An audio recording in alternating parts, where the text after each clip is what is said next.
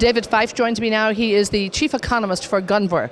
Thank you so much for taking the time. Tell me, how important is this dialogue? We have it year after year, but we've really seen it grow in stature, importance, hopefully in relevance. How important do you say it is? Absolutely. I think the sheer number of people around the table and the breadth of participation from producers and consumers and traders like ourselves, the financial sector, and importantly the policymakers.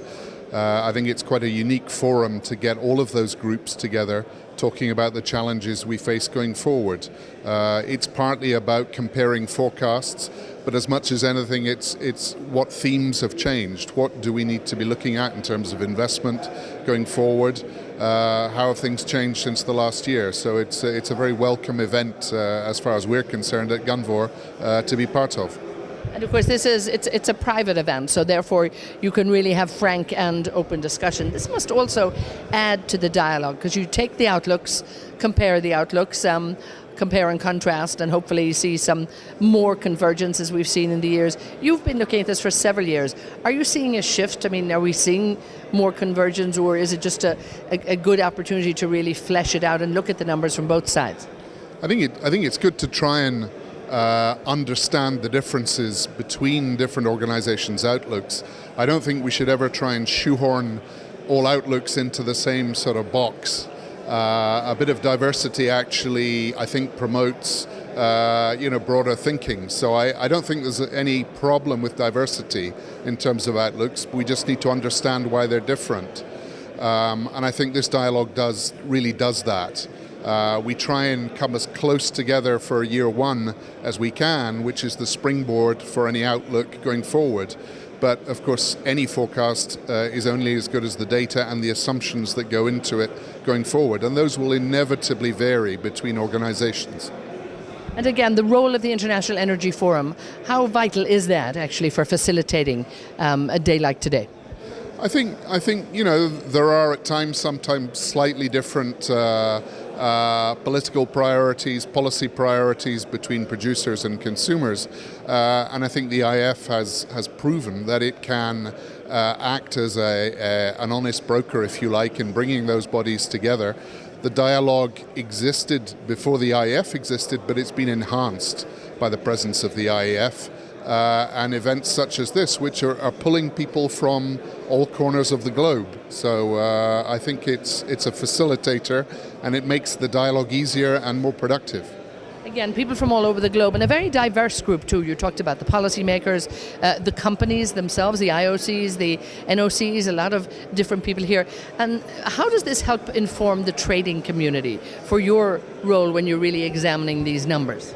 Yeah, well, I mean, our future business model will depend fundamentally on where are the strong points, the growth points for demand going forward, because there are always mismatches between the main centers of production and consumption. And we are the guys in the middle that help provide transportation and storage logistics.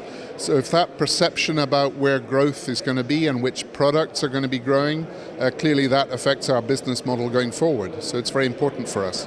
Now, it's been a few years of great uncertainty and volatility in the market. A bit nervous for the producers, consumers, probably very good for the trading community. You've probably had a very busy time. Just where are you finding that now? Are we seeing a bit of stability coming back? Well, I think for us, the structure in the market is very important. We've had a long period in which prompt prices have been relatively low. Forward prices on the future markets have been high. That's been an incentive to store oil. We're now flipping out of that situation into a situation where there's an incentive to move that oil out of storage to the main consuming centers. So it's the flip side of the coin for the trading community, and it means we deploy our transportation logistics more intensely perhaps than some of our storage logistics that we've been maximizing over the last 2 or 3 years. When we look at the balance in the market at the moment, are we actually seeing some of that supply come off the market now? Are you hopeful that we will get maybe to a more balanced market in the next few months? I think we will. I think we're seeing the market beginning to turn. We saw stock draws in the OECD in the fourth quarter of 2016.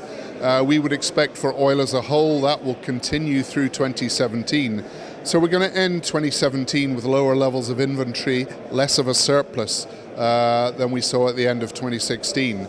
And demand looks pretty robust.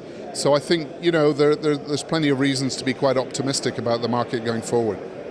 We're looking at stronger price coming into the market, but also probably more supply coming from the American players as well. Yeah, it has become a key marginal source of supply within the market. As someone said today, we need to remember US shale is 3 or 4 million barrels a day in a 95 million BD plus market. So it's an important cog in the wheel. It's not going to fulfill a role that OPEC traditionally has fulfilled of swing supplier to the market. I think it's too small, but it will regulate the upside for prices as we go forward. It will help to do that. Now, also you've taken part in the CAPSARC leadership, the Thought Leaders Dialogue Roundtable. Give us a little feel for some of the issues that you've brought together and that really is bringing a wider group into the market and bringing a wider group into the dialogue and the conversation. Yeah, I think a lot of the discussion of the Thought Leaders Roundtable has been on the demand side, and the whole concept that seems to be doing the rounds at the moment in the popular press about peak demand. Do we confront peak demand? I think there's been a little bit of skepticism about that in this forum. I think the view is that although electric vehicles and renewables will play an increasing role, fuel efficiency has further to run. I think there's still a massive market out there for oil and gas in particular, and we need to invest billions of dollars going forward over the next 20 years just to make sure that demand, even if it's growing more slowly, can be met. And of course this is it's a few years now that we have the CAPSARC dialogue among the International Energy Forum, particularly at this event too. How important do you think that is? And again, the fact that you all get to continue that dialogue and bring the academia, so to speak, in here to join with you.